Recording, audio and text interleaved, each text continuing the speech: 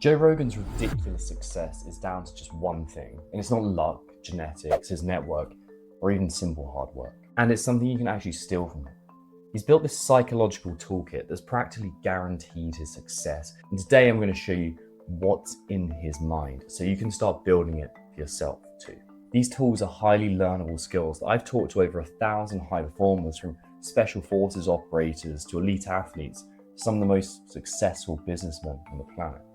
When you learn these tools and how they work and how to train them, you can master those skills too. Success leaves clues, and Rogan has left this psychological breadcrumb trail for you to follow. After all, it's almost impossible to become world-class at anything. Yet Rogan has done it in podcasting, comedy, martial arts, commentary, and a whole heaps beside, which is why he's estimated to be worth over $200 million today. But most importantly, he seems to have done it without sacrificing his mental health. He seems free, physically, financially, emotionally, and spiritually. He seems mentally fit. And that's not luck, that's skill. So here's how he did it. The first psychological tool he uses is the most proven and reliable strategy to become world-class at anything. In the 1970s, a Swedish psychologist called Carl Anders Ericsson became obsessed with this question. How do some people dominate their fields, yet others plateau, despite having all the same opportunities? 20 years later, Ericsson and his colleagues studied elite violinists at the Berlin Academy of Music. He found that the elite violinists had accumulated at least 10,000 hours of deliberate practice, whereas those who are merely good had put in roughly half the hours. But this isn't about the 10,000 hour rule. This wasn't merely practice, but deliberate practice. And there's the huge difference between them. In 1993, Ericsson published a paper called The Role of Deliberate Practice in the Acquisition of Expert Performance. Him and his colleagues identified 6 components of deliberate practice that must be followed. It's an activity designed specifically to improve performance. Often it's done with a teacher's help. It can be repeated a lot. Feedback on results is continuously available, and it's highly mentally demanding, whether the activity is purely intellectual, such as chess or business-related activities, or heavily physical, like sports. And finally, it isn't much fun.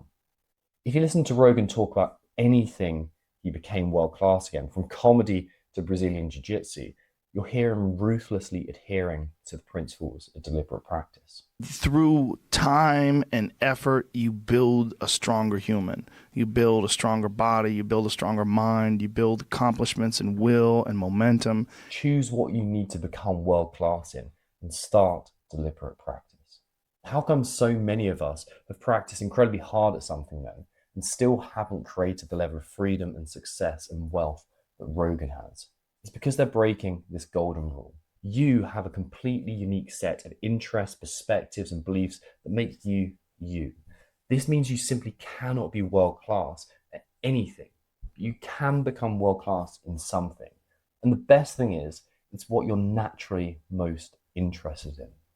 The more you resist that and try to be successful in something that actually doesn't align with your own personal authenticity, the less your efforts will be rewarded. On the other hand, when you align yourself with who you really are, you find an effortless effort where work feels like play. One of Joe Rogan's guests, Naval Ravikant, says it best. Find what feels like play to you, but looks like work to others. There's no one else that could ever be Joe Rogan. He is completely authentic. Many people have tried to rip him off, to imitate him, and completely failed. And that's the second of his psychological tools that have made him so successful. Radical authenticity. There's an equation in performance psychology that explains so much of why you struggle to be as successful as you'd like to be. Performance equals ability minus interference. You can have all the ability in the world. If you have the handbrake of interference applied, you won't perform at the level you're capable of. Rogan has eliminated so much interference by becoming aware of the different parts of his personality. In an approach to personal development called internal family systems, you meet the different parts of yourself and learn to bring them onto your side instead of having them fight against each other. It's completely normal to have different parts of you. We always say part of me wants to do this and part of me wants to do that. You have to get them working for you, not against you. Rogan regularly talks about the general of his mind and his inner bitch. There's my little inner bitch that's trying to talk me out of it. My little inner bitch has a little whispery voice, though. The general is what I call the one part of my brain that I try to keep the most dominant, where I tell myself, shut the fuck up. He knows his inner landscape intimately.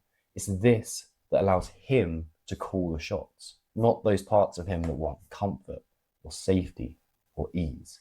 They are their own sub-personalities, have their own fears and dreams and insecurities, strengths and weaknesses. If you're experiencing inner conflict, it's because these parts need attention from you.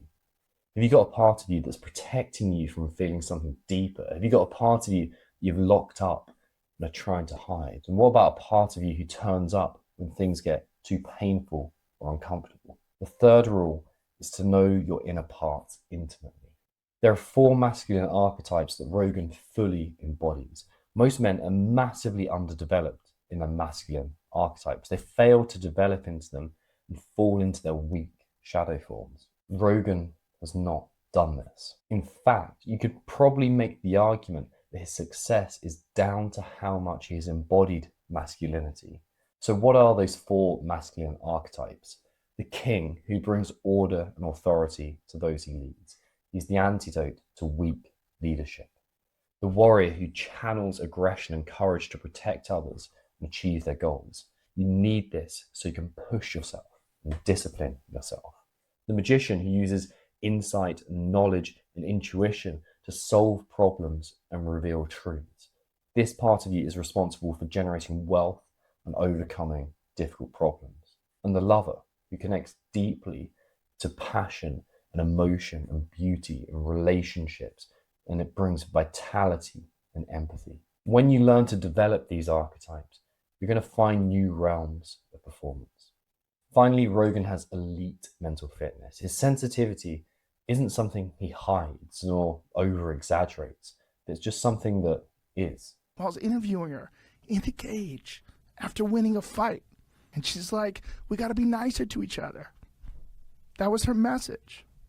It's as real and undeniable as his thoughts or young Jamie Googling things. His emotions are just part of reality, and he gives himself permission to feel them and feel them deeply and feel them fully. When you fail to accept your emotions, they ultimately become your masters. When you reject the fear that's under the surface, you're just inviting more fear into your life. When you don't give time to your anger, it controls you and burns you up. When you don't give yourself permission to really feel sadness, it takes a seat in your heart. Your emotions are an extra dimension of reality, offering a higher resolution image of life. And when you reject them, you reject a portion of the data you need to succeed. It's only by fully accepting your emotions that you can generate the success you seek. These are all core elements of elite mental fitness, which is the foundation of rising to meet the challenge in your life. The first step in training your mental fitness is assessing where it is now. To do that, take my free mental fitness assessment. The link is in the comments. Your next level starts here. Start training your mental fitness today.